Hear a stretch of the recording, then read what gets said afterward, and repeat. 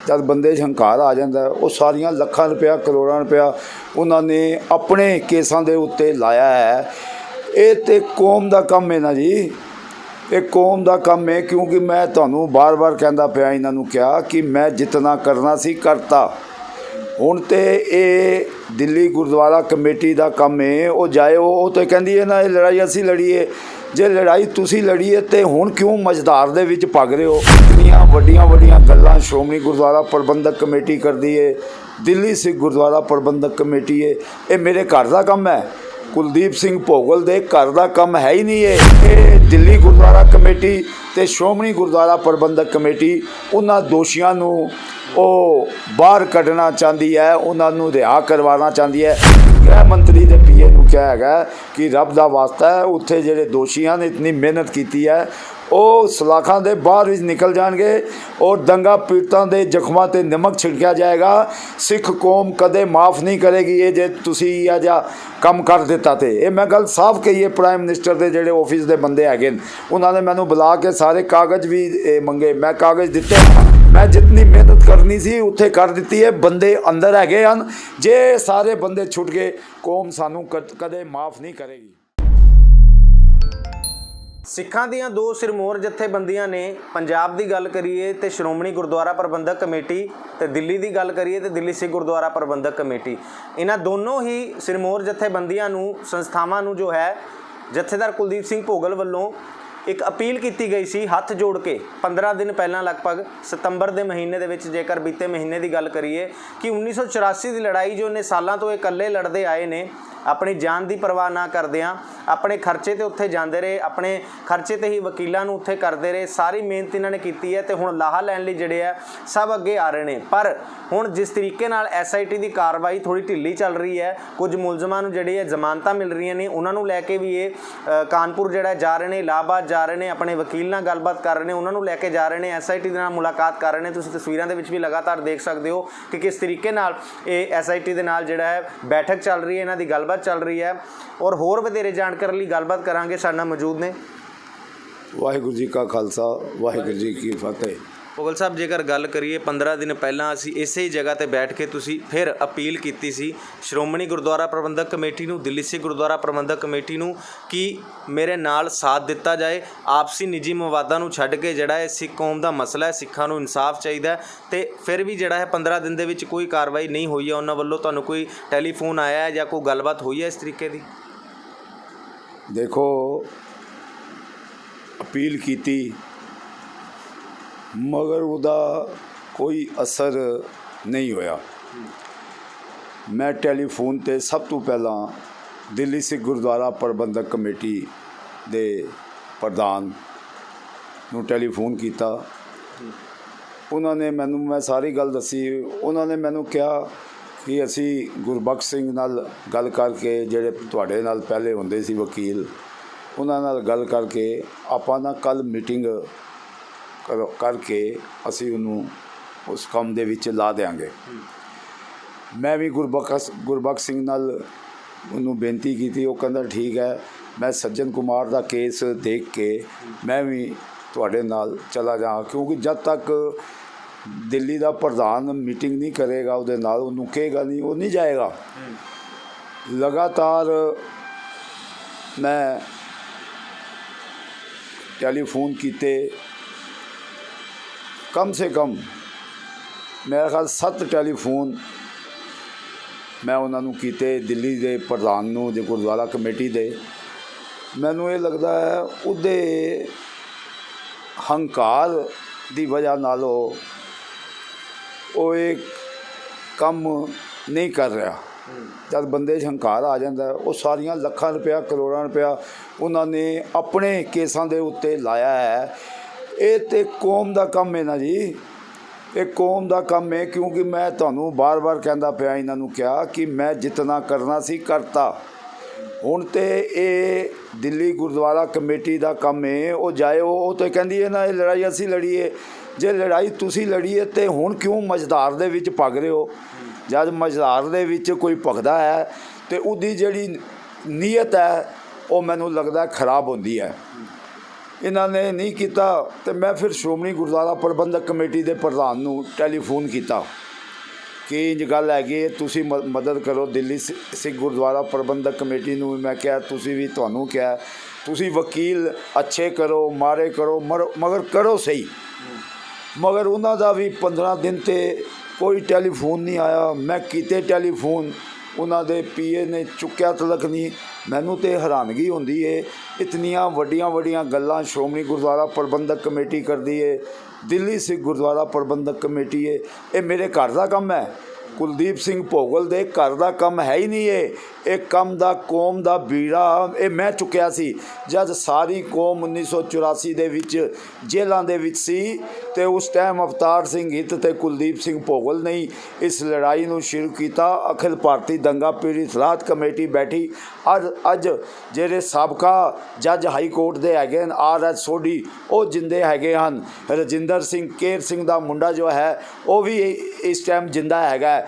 ਉਹਦੇ ਕੋਲ ਪੁੱਛੋ, ਇਹ ਅਸੀਂ 4-5 ਬੰਦਿਆਂ ਨੇ ਮਿਲ ਕੇ ਇੱਕ ਕਮੇਟੀ ਬਣਾਈ ਸੀ ਤੇ ਮੈਨੂੰ ਥਾਪੜਾ ਜਿਹੜਾ ਦਿੱਤਾ ਸੀ ਅਵਤਾਰ ਸਿੰਘ ਹਿੱਤ ਨੇ, ਜਥੇਦਾਰ ਹਰਚਰਨ ਸਿੰਘ ਨੇ, ਪ੍ਰੋਫੈਸਰ ਅਜਾਇਬ ਸਿੰਘ ਨੇ, ਡਾਕਟਰ ਜਸਪਾਲ ਸਿੰਘ ਨੇ, ਪ੍ਰੋਫੈਸਰ ਹਰਮੀਤ ਸਿੰਘ ਨੇ।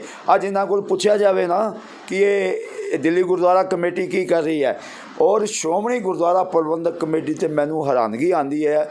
ਮੈਂ ਪ੍ਰਧਾਨ ਸਾਹਿਬ ਨੂੰ ਬੜੇ ਪਿਆਰ ਦੇ ਨਾਲ ਸਮਝਾਇਆ, ਕਹਿੰਦੇ ਕੋਈ ਗੱਲ ਨਹੀਂ, ਸਾਡਾ ਬੰਦਾ ਵਕੀਲ ਜਿਹੜਾ ਹੈਗਾ ਤੁਹਾਨੂੰ ਮਿਲ ਜਾਏਗਾ। ਮਗਰ ਮੈਂ ਟੈਲੀਫੋਨ ਕਰਦਾ ਰਿਹਾ ਜੀ, ਕੋਈ ਉਹਦਾ ਮੈਨੂੰ ਉਹਨਾਂ ਨੇ ਰਿਸਪੌਂਸ ਨਹੀਂ ਦਿੱਤਾ। ਇਹਦੇ ਨਾਲ ਮੈਨੂੰ ਲੱਗਦਾ ਹੈ ਕਿ ਇਹ ਦਿੱਲੀ ਗੁਰਦੁਆਰਾ ਕਮੇਟੀ ਤੇ ਸ਼੍ਰੋਮਣੀ ਗੁਰਦੁਆਰਾ ਪ੍ਰਬੰਧਕ ਕਮੇਟੀ ਉਹਨਾਂ ਦੋਸ਼ੀਆਂ ਨੂੰ ਉਹ ਬਾਹਰ ਕੱਢਣਾ ਚਾਹੁੰਦੀ ਹੈ, ਉਹਨਾਂ ਨੂੰ ਰਿਹਾ ਕਰਵਾਉਣਾ ਚਾਹੁੰਦੀ ਹੈ। ਜੇ ਉਹ ਰਿਹਾਈ ਹੁੰਦੀ ਪਈ ਉਹਨਾਂ ਦੀ, ਇਹ ਕਿਉਂ ਨਹੀਂ ਰੋਕਦੇ ਪਏ ਇਲਾਹਾਬਾਦ ਜਾ ਕੇ? ਜੇ ਮੈਂ ਜਾ ਕੇ ਉੱਥੇ ਥੋੜ੍ਹਾ ਬਹੁਤ ਰੋਕਦਾ ਪਿਆ, ਇਹ ਕਿਉਂ ਨਹੀਂ ਕਰਦੇ ਪਏ? ਮੈਨੂੰ ਇਸ 'ਤੇ ਬਹੁਤ ਹੈਰਾਨਗੀ ਹੈ ਜੀ। ਭੋਗਲ ਸਾਹਿਬ, ਜੇਕਰ ਗੱਲ ਕਰੀਏ 2 ਦਿਨ ਪਹਿਲਾਂ ਵੀ ਤੁਸੀਂ ਗਏ ਉੱਥੇ SIT ਨਾਲ ਗੱਲਬਾਤ ਹੋਈ, ਕਿਉਂਕਿ ਪਹਿਲਾਂ ਜਦੋਂ ਗੱਲਬਾਤ ਹੋਈ ਸੀ ਤੁਸੀਂ ਕਿਹਾ ਕਿ ਸਟੇਟਸ ਰਿਪੋਰਟ ਜਿਹੜੀ ਆ ਉਹਦੇ ਵਿੱਚ ਕੁਝ ਨਹੀਂ ਹੈ, ਚਲਾਨ ਜਿਹੜੇ ਆ ਉਹ ਤੁਹਾਡੇ ਵਕੀਲ ਸਾਹਿਬ ਜਿਹੜੇ ਪ੍ਰਸੂਨ ਕੁਮਾਰ ਨੇ ਉਹ ਤੁਹਾਡੇ ਨਾਲ ਇੰਨੀ ਮਿਹਨਤ ਕਰ ਰਹੇ ਨੇ, ਉਹਨਾਂ ਨੂੰ ਵੀ ਜਿਹੜਾ ਕੁਝ ਨਹੀਂ ਦਿੱਤਾ ਔਰ ਪੇਸ਼ ਕੀਤਾ ਜਾ ਰਿਹਾ। ਤੇ ਹੁਣ ਤੁਸੀਂ ਪਰਸੋਂ ਜਾ ਕੇ ਆਏ ਹੋ ਤੇ SIT ਨਾਲ ਕਿਸ ਤਰੀਕੇ ਦੀ ਗੱਲਬਾਤ ਹੋਈ ਹੈ ਅਧਿਕਾਰੀਆਂ ਦੇ ਨਾਲ, ਕਿ ਜੋ ਜ਼ਮਾਨਤਾਂ ਹੋਈਆਂ ਨੇ ਕਿਉਂ ਹੋਈਆਂ ਨੇ, ਕੀ ਕਾਰਨ ਰਹੇ ਨੇ? SIT ਦੇ ਜਿਹੜੇ ਉੱਥੇ ਇੰਚਾਰਜ ਹੈਗੇ ਹਨ ਬਲੇਂਦੂ ਭੂਸ਼ਣ ਜੀ, ਸਭ ਤੋਂ ਗਲਤ ਗੱਲ ਇਹ ਹੋਈ ਹੈ ਕਿ ਇਹ 5 ਬੰਦਿਆਂ ਦੀ ਕਮੇਟੀ SIT ਬਣਾਈ ਗਈ ਸੀ, ਜਿਹਦੇ 'ਚ ਬਲੇਂਦੂ ਭੂਸ਼ਣ, ਅਤੁਲ ਕੁਮਾਰ ਅਗਰਵਾਲ ਸਾਹਿਬ ਔਰ ਨਾਲ ਇਹਨਾਂ ਦੇ ਪੁਲਿਸ ਅਫਸਰ। 3.5 ਸਾਲ ਹੋ ਗਏ ਹਨ। ਸਭ ਤੋਂ ਮਾੜੀ ਗੱਲ ਇਹ ਹੋਈ, ਇਹ SIT ਨੇ ਕੰਮ ਕਰਨਾ ਹੀ 2 ਸਾਲ ਦੇ ਬਾਅਦ ਸ਼ੁਰੂ ਕੀਤਾ ਤੇ ਅੱਜ 3.5 ਸਾਲ ਤੋਂ ਉੱਤੇ ਦਾ ਟਾਈਮ ਹੋ ਗਿਆ। ਜਦ ਅਸੀਂ ਗੱਲ ਕਰ ਰਹੇ ਸੀ, ਜਦ ਬੰਦੇ ਦੇ ਮੂੰਹ 'ਚ ਕੋਈ ਨਾ ਕੋਈ ਗੱਲ ਨਿਕਲ ਜਾਂਦੀ ਹੈ। ਉਹ ਕਹਿੰਦਾ ਜੀ ਮੈਂ ਕਿਆ ਕਰੂੰ, ਪੈਸਾ ਗੌਰਮੈਂਟ ਦੇ ਤਰਫੋਂ ਆ ਨਹੀਂ ਰਿਹਾ। ਭਾਈ ਉਹ ਵਕੀਲ ਕਰਨ ਜਿਹੜੇ SIT ਵਾਲੇ, ਅਤੁਲ ਕੁਮਾਰ 1 ਸਾਲ ਤੋਂ ਦਿੱਲੀ ਬੈਠੇ ਹਨ, ਉਹ ਕੋਈ ਰਾਤਬਾ ਕਾਇਮ ਨਹੀਂ ਕਰ ਰਹੇ ਇਹਨਾਂ ਨਾਲ SIT ਨਾਲ। ਜਿਹੜਾ ਅਗਰਵਾਲ ਹੈ ਉਹਦੇ ਇੱਕ ਵਾਰ ਦਰਸ਼ਨ ਹੋਏ ਸੀ, ਉਸ ਤੋਂ ਬਾਅਦ ਉਹ ਵੀ ਵਿੱਚੋਂ ਗਾਇਬ ਹੈਗਾ। ਔਰ ਸਭ ਤੋਂ ਵੱਡੀ ਗੱਲ, ਬਈ ਦੇਸ਼ ਦਾ ਉਹ ਪ੍ਰਦੇਸ਼ ਦਾ ਜਿਹੜਾ ਮਾਲਕ ਹੁੰਦਾ ਮੁੱਖ ਮੰਤਰੀ, ਉਹਨੇ 3.5 ਸਾਲਾਂ ਦੇ ਵਿੱਚ ਇਹਨਾਂ ਕੋਲ ਪੁੱਛਿਆ ਹੀ ਨਹੀਂ ਕਿ ਕੀ ਗੱਲ ਹੋਈ ਹੈ, ਕਿਤਨੇ ਬੰਦੇ ਅਰੈਸਟ ਹੋਏ ਹਨ, ਮੈਨੂੰ ਰਿਪੋਰਟ ਦਿਓ। ਚੀਫ ਹੈਗਾ ਹੈ ਜਿਹੜਾ ਉਹ ਦੇਖਦਾ ਹੈ, ਪੁਲਿਸ ਦੇਖਦਾ ਹੈ ਜੀ, ਜਿਹਨੂੰ ਕਹਿੰਦੇ ਨੇ ਹੋਮ ਸੈਕਟਰੀ ਸਟੇਟ ਦਾ ਹੁੰਦਾ ਹੈ, ਉਹਨੇ ਤੱਕ ਨਹੀਂ ਕੋਈ ਪੁੱਛਿਆ ਉਹਨਾਂ ਕੋਲੋਂ। ਮੈਨੂੰ ਤਾਂ ਯੋਗੀ ਦੇ ਉੱਤੇ ਹੈਰਾਨਗੀ ਆ ਰਹੀ ਹੈ ਕਿ ਭਾਈ ਮੈਂ ਉਹਦੇ ਕੋਲ ਟਾਈਮ ਮੰਗਦਾ ਪਿਆ, ਪਹਿਲੇ ਉਹ ਟਾਈਮ ਦਿੰਦਾ ਸੀ, ਹੁਣ ਮੈਂ ਕਿਤਨੀਆਂ ਚਿੱਠੀਆਂ, ਕਿਤਨੀਆਂ ਟੈਲੀਫੋਨ, ਮੇਲ ਅੱਜ ਵੀ ਰਿਕਾਰਡ ਦੇ ਵਿੱਚ ਦੇਖਿਆ ਜਾ ਸਕਦੀਆਂ ਹਨ। ਅੱਜ ਮੇਲ ਦੇ ਵਿੱਚ ਕੋਈ ਰਿਕਾਰਡ ਖਤਮ ਨਹੀਂ ਹੁੰਦਾ। ਔਰ ਉਸ ਤੋਂ ਬਾਅਦ ਹੋਇਆ ਕਿ ਜਦ ਅਸੀਂ ਉਹਦੇ ਘਰ ਟੈਲੀਫੋਨ ਕਰਦੇ ਲੱਗੇ, ਉਹ ਹੁਣ ਟੈਲੀਫੋਨ ਜਦ ਪੁੱਛਦੇ ਕੌਣ ਬੋਲ ਰਿਹਾ, ਮੈਂ ਕਹਿੰਦਾ ਰਾਈਟ ਵਿਕਟਮ, ਉਹ ਟੈਲੀਫੋਨ ਹੀ ਰੱਖ ਦਿੰਦੇ ਨੇ।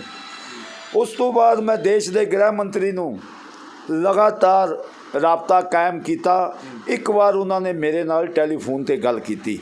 मैं उन्होंने कहा ऐसे हो रहा है, आप ज़रा इसे देखिए।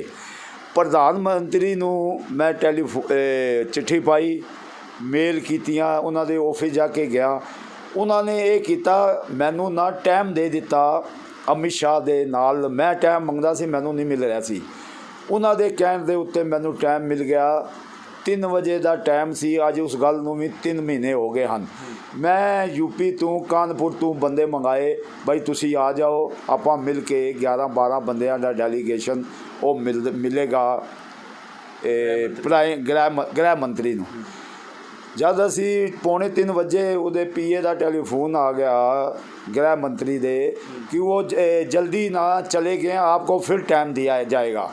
मैं यही गल फिर दोबारा प्राइम मिनिस्टर के ऑफिस की गई। उन्होंने कहा हम बात करेंगे, उसके बाद आपको वहाँ से टाइम मिल जाएगा। वो टाइम मिलया नहीं। हुण फिर मैं यही गल कही उन्होंने प्राइम मिनिस्टर के पीए नूं और उस तो बाद गृह मंत्री के पीए नूं क्या है कि रब दा वास्ता है, उत्थे जिहड़े दोषियां ने इतनी मेहनत की है ਉਹ ਸਲਾਖਾਂ ਦੇ ਬਾਹਰ ਵਿੱਚ ਨਿਕਲ ਜਾਣਗੇ ਔਰ ਦੰਗਾ ਪੀੜਤਾਂ ਦੇ ਜ਼ਖਮਾਂ 'ਤੇ ਨਮਕ ਛਿੜਕਿਆ ਜਾਏਗਾ। ਸਿੱਖ ਕੌਮ ਕਦੇ ਮਾਫ ਨਹੀਂ ਕਰੇਗੀ ਇਹ ਜੇ ਤੁਸੀਂ ਇਹ ਜਿਹਾ ਕੰਮ ਕਰ ਦਿੱਤਾ। ਤੇ ਇਹ ਮੈਂ ਗੱਲ ਸਾਫ਼ ਕਹੀ ਹੈ। ਪ੍ਰਾਈਮ ਮਿਨਿਸਟਰ ਦੇ ਜਿਹੜੇ ਆਫਿਸ ਦੇ ਬੰਦੇ ਹੈਗੇ ਨੇ, ਉਹਨਾਂ ਨੇ ਮੈਨੂੰ ਬੁਲਾ ਕੇ ਸਾਰੇ ਕਾਗਜ਼ ਵੀ ਮੰਗੇ। ਮੈਂ ਕਾਗਜ਼ ਦਿੱਤੇ ਹਨ। ਹੁਣ ਮੈਨੂੰ ਇਹ ਸਮਝ ਨਹੀਂ ਆ ਰਹੀ ਇਹਦੇ ਪਿੱਛੇ ਕੌਣ ਹੈਗਾ, ਕਿਹੜੀ ਸ਼ਕਤੀ ਕੰਮ ਕਰ ਰਹੀ ਹੈ। ਯੋਗੀ ਜਿਹੜਾ ਮੇਰੇ ਨਾਲ ਗੱਲ ਨਹੀਂ ਕਰ ਰਿਹਾ, ਪ੍ਰਾਈਮ ਮਿਨਿਸਟਰ ਦੇ ਉੱਥੇ ਭੇਜਿਆ, ਗ੍ਰਹਿ ਮੰਤਰੀ ਕਿਉਂ ਨਹੀਂ ਗੱਲ ਕਰਦਾ ਵਾ? ਮੈਨੂੰ ਇਹ ਹੀ ਨਹੀਂ ਸਮਝ ਆਦੀ। ਅਮਿਤ ਸ਼ਾਹ ਹੋਰਾਂ ਨੇ ਮੇਰੇ ਨਾਲ ਗੱਲ ਹੀ ਨਹੀਂ ਕੀਤੀ। ਇੱਕ ਵਾਰ ਕੀਤੀ ਹੈਗੀ ਟੈਲੀਫੋਨ 'ਤੇ। ਮੈਂ ਤਾਂ ਸੱਚੇ ਪਾਤਸ਼ਾਹ ਅੱਗੇ ਅਰਦਾਸ ਕਰਦਾ, ਸੱਚੇ ਪਾਤਸ਼ਾਹ ਇਹ ਜੋ ਜਿਨ੍ਹਾਂ ਨੇ ਗੁਰੂ ਗ੍ਰੰਥ ਸਾਹਿਬ ਨੂੰ ਅਗਨ ਭੇਟ ਕੀਤਾ, ਜਿਨ੍ਹਾਂ ਨੇ ਸਿੱਖਾਂ ਨੂੰ ਜਿੰਦਾ ਜਲਾਇਆ, ਜਿਨ੍ਹਾਂ ਨੇ ਧੀ ਭੈਣਾਂ ਦੀ ਇੱਜ਼ਤ ਕੀਤੀ, ਉਹਨਾਂ ਬੰਦਿਆਂ ਨੂੰ ਮੈਂ RTI ਦੇ ਵਿੱਚ 34 ਬੰਦਿਆਂ ਨੂੰ ਲੈ ਕੇ ਆਇਆ, ਮਿਹਨਤ ਕੀਤੀ। ਅੱਜ ਕੀ ਉਹ ਮੇਰੀ ਮਿਹਨਤ ਖਰਾਬ ਜਾਏਗੀ? ਮੈਂ ਹੱਥ ਜੋੜ ਕੇ ਫਿਰ ਬੇਨਤੀ ਕਰਦਾ ਦਿੱਲੀ ਸਿੱਖ ਗੁਰਦੁਆਰਾ ਪ੍ਰਬੰਧਕ ਕਮੇਟੀ ਨੂੰ, ਔਰ ਨਾਲ ਹੀ ਮੈਂ ਬੇਨਤੀ ਕਰਦਾ ਹਾਂ ਸ਼੍ਰੋਮਣੀ ਗੁਰਦੁਆਰਾ ਪ੍ਰਬੰਧਕ ਕਮੇਟੀ ਨੂੰ। ਇਹ 2 ਵੱਡੀਆਂ ਜਥੇਬੰਦੀਆਂ ਹਨ ਔਰ ਦਿੱਲੀ ਦੇ ਜੋ ਅਕਾਲੀ ਦਲ ਹੈਗੇ ਹਨ, ਉਹਨਾਂ ਨੂੰ ਮੈਂ ਬੇਨਤੀ ਕਰਦਾ ਆਓ ਸਾਰੇ ਮਿਲ ਕੇ। ਮੈਂ ਬਾਰ-ਬਾਰ ਕਹਿ ਰਿਹਾ, ਮੈਂ ਜਿਤਨੀ ਮਿਹਨਤ ਕਰਨੀ ਸੀ ਉੱਥੇ ਕਰ ਦਿੱਤੀ ਹੈ। ਬੰਦੇ ਅੰਦਰ ਹੈਗੇ ਹਨ, ਜੇ ਸਾਰੇ ਬੰਦੇ ਛੁੱਟ ਗਏ ਕੌਮ ਸਾਨੂੰ ਕਦੇ ਮਾਫ ਨਹੀਂ ਕਰੇਗੀ ਜੀ। ਸੋ ਇਹ ਸਨ ਕੁਲਦੀਪ ਸਿੰਘ ਭੋਗਲ ਜੀ, ਜੋ ਕਾਫੀ ਸਾਲਾਂ ਤੋਂ ਮਿਹਨਤ ਕਰ ਰਹੇ ਨੇ ਤੇ ਹੁਣ ਜਾ ਕੇ ਜਿਹੜੇ ਜਦੋਂ ਦੋਸ਼ੀ ਜਿਹੜੇ ਨੇ 1984 ਦੇ ਕਾਨਪੁਰ ਦੇ ਉਹ ਸਲਾਖਾਂ ਦੇ ਪਿੱਛੇ ਜਾਣ ਲੱਗੇ ਨੇ। ਆਓ ਇੱਕ ਵਾਰ ਸੁਣਦੇ ਹਾਂ ਜੋ ਇਹਨਾਂ ਨਾਲ ਲਗਾਤਾਰ ਮਿਹਨਤ ਕਰ ਰਹੇ ਨੇ ਦੇ ਵਕੀਲ ਜਿਹੜੇ ਨੇ ਪ੍ਰਸੂਨ ਕੁਮਾਰ ਜੀ ਸੁਪਰੀਮ ਕੋਰਟ ਦੇ, ਉਹ ਲਗਾਤਾਰ ਇਸ ਕੇਸ ਦੀ ਪੈਰਵਾਈ ਕਰ ਰਹੇ ਨੇ। SIT ਦੇ ਨਾਲ ਗੱਲਬਾਤ ਕਰ ਰਹੇ ਨੇ। ਉਹਨਾਂ ਦੇ ਨਾਲ ਬੀਤੇ ਦਿਨ ਕਾਨਪੁਰ ਵੀ ਹੋ ਕੇ ਆਏ ਨੇ SIT ਦੇ ਨਾਲ, ਉਹ ਵੀ ਬੈਠਕ ਦੇ ਵਿੱਚ ਸ਼ਾਮਲ ਸੀਗੇ ਇਹਨਾਂ ਦੇ ਨਾਲ। ਆਓ ਸੁਣਦੇ ਹਾਂ ਇੱਕ ਵਾਰ ਉਹਨਾਂ ਨਾਲ ਸਾਡੀ फ़ोन ਤੇ ਕੀ ਗੱਲਬਾਤ ਹੋਈ ਹੈ। हाँ जी नमस्कार सर, मैं दविंदर सिंह बात कर रहा हूँ सर D5 चैनल पंजाबी से। जी जी नमस्कार सर, अब प्रक्रिया क्या चल रही है? जो जिस तरीके से पिछले SIT ने जो काम किया है, काफ़ी गिरफ्तारी हुई हैं, आप भी लगातार जाते रहे हैं कुलदीप सिंह भोगल जी के साथ, तो इतनी लंबी लड़ाई लड़ने के बाद अब जिस तरीके से जमानत मिल रही है इन दोषियों को, तो ये क्या कारण रह रहे हैं? देखिए, जो SIT से हमारी कल मुलाकात हुई थी, परसों हमारी मुलाकात हुई थी, तो हमने सारी चीज़ें विस्तार से उनसे बात करी कि आखिर ये जमानतें क्यों हो रही हैं जब इतने संगीन अपराध हैं और इतने संगीन अपराधों में लोग इन्वॉल्व हैं। जी, तो इसमें जिन जिन केसेस में जमानत हुई है उन केसेस का हमने अध्ययन किया है। उसके हाईकोर्ट के ऑर्डर शीट भी हमने प्राप्त करी हैं। जी, उसमें 2 चीज़ें मुख्यतः देखी गई हैं। एक के उम्र को लेके कोर्ट ने अपनी टिप्पणी करी है कि इतने सालों बाद का केस है और इतनी उम्र हो गई है, तो उस आधार पे कुछ को जमानतें मिली हैं। और कुछ जमानतें जो मिली हैं कुछ दोषियों को या मुलजिमों को, वो इस आधार पे दी गई हैं चूंकि पहले की जमानत हो गई है और उसी केस में दूसरे मुलजिम हैं, तो बराबरी के आधार पे उनको जमानत दे दी। ठीक है, लेकिन 1-2 जमानतें जो मिली हैं वो हमारे अनुसार वो उनको चैलेंज करना जरूरी है, बिकॉज वो जमानतें रॉन्ग फैक्ट्स पे गलत इंफॉर्मेशन देके ली गई हैं। और मैंने SIT से भी ये सवाल किया था, तो रॉन्ग फैक्ट्स पे अगर उसको किया गया है तो उसमें अपील की गुंजाइश है और उसको अपील करके उन जमानतों को खारिज करवाया जाए। जी, बहरहाल ये टेक्निकल इशू है, लीगल इशू है, जो शायद कॉमन लोगों को समझ में नहीं आएगा, जी बात ये है कि जो चार्जशीट फाइल हुई है उसमें 12 चार्जशीटें फाइल हुई हैं, 12 केसेस में चार्जशीट फाइल हुई हैं। जी उसमें बहुत सारे मुलजिम मर गए हैं, बहुत सारे मुलजिम जिंदा हैं जिनकी गिरफ्तारियां हो रही हैं। जी लेकिन एक सेविंग बात है कि हाई कोर्ट ने कह दिया है कि जिन जिन की जमानतें हो रही हैं उनमें 1 साल के अंदर उसके ट्रायल खत्म कर दी जाए। जी। तो सर अगर कहीं ना कहीं हम मान सकते हैं कि एसआईटी की कार्रवाई जो है वो ढीली रही है, क्योंकि जो कुलदीप सिंह भोगल जी से बात हुई तो वो कह रहे थे स्टेटस रिपोर्ट में भी कुछ नहीं पेश किया उन्होंने, ना ही आपको चालान दिए गए थे, आप परसों जैसे मुलाकात करके आए हो, तो कुछ कह सकते हैं कि एसआईटी की कार्रवाई में भी ढील रही है? देखिए, एसआईटी की कार्रवाई में मतलब फ्लॉज तो है ही, ऐसा जी तो नहीं है कि पूरी फुल प्रूफ कार्रवाई है, नहीं तो एक भी जमानत नहीं होती। जी तो फ्लॉज तो हैं, लेकिन अब सवाल ये है कि हमें दोषियों को अंदर करवा के और वो उनको न्याय दिलवाने के लिए अगर हम इस कंप्लेंट्स में लगे रहेंगे तो शायद हमारी जो लड़ाई है थोड़ी सी कमजोर हो जाएगी। जी हमें एसआईटी से उनका बेस्ट निकलवाना है, इसीलिए हम प्रयास कर रहे हैं कि किसी तरह से ये चीजें हों।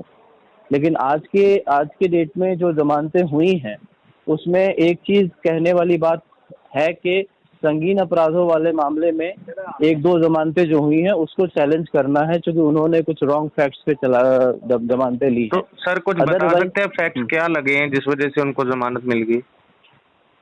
हाँ, रॉन्ग फैक्ट्स ये लगाए हैं उन्होंने कि जैसे उनके अगेंस्ट में कुछ और अपराध थे जो पहले के अपराध थे, पहले की जो क्राइम किए हुए थे उन लोगों ने, जिसको हैबिचुअल ऑफेंडर हम लीगल लैंग्वेज में कहते हैं। जी। तो they were habitual offender but they did not disclose it, and police ने, एसआईटी ने डिस्क्लोज किया है, दैट इज देयर, लेकिन जी। कोर्ट ने उसको ओवरलुक किया है और उसको वहां पे सप्रेस कर दिया गया कोर्ट में, जी जो अपेरेंटली कोर्ट के रिकॉर्ड से लग रहा है। मीन्स कि जज साहब को वो सारी चीजें अप्राइज नहीं की गई। जी तो यहाँ पे जो फैक्ट्स जो है प्रॉपर्ली प्रेजेंट नहीं हुए हैं उसके कारण उन लोगों को जमानतें मिल गई। तो उन चीजों को मैं चैलेंज करने की बात कर रहा था कि उनको चैलेंज करके और कोर्ट को अगर सही से अप्राइज किया जाए तो शायद वो जी। सारी जमानतें कैंसिल हो जाएंगी। जी धन्यवाद सर हमें सारी जानकारी देने के लिए। जी जी जी जी।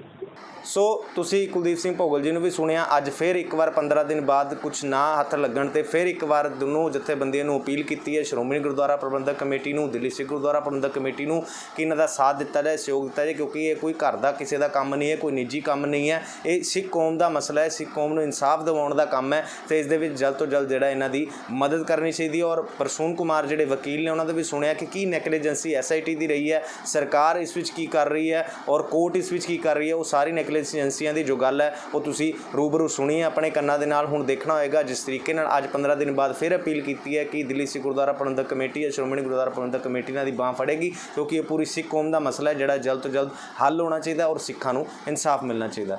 ਕੈਮਰਾ ਪਰਸਨ ਰਵਿੰਦਰ ਸਿੰਘ ਦੇ ਨਾਲ ਦਵਿੰਦਰ ਸਿੰਘ, ਡੀਫਾ ਚੈਨਲ ਪੰਜਾਬੀ, ਦਿੱਲੀ। ਕੀ ਹੁੰਦੀ ਹੈ ਜਮਾਬੰਦੀ, ਕਿਵੇਂ ਬਣਦੀ ਹੈ ਵਸੀਅਤ, ਜ਼ਮੀਨ ਜਾਇਦਾਦ ਦੇ ਹਰ ਮਸਲੇ ਤੇ ਕਰਾਂਗੇ ਚਰਚਾ। ਦੇਖਣਾ ਨਾ ਭੁੱਲਣਾ ਸਾਡਾ ਖਾਸ programme naibtehsildar.com। T5 channel Punjabi ਹੁਣੇ ਸਬਸਕ੍ਰਾਈਬ ਕਰੋ, ਬੈਲ ਆਈਕਨ ਤੇ ਕਲਿੱਕ ਕਰੋ।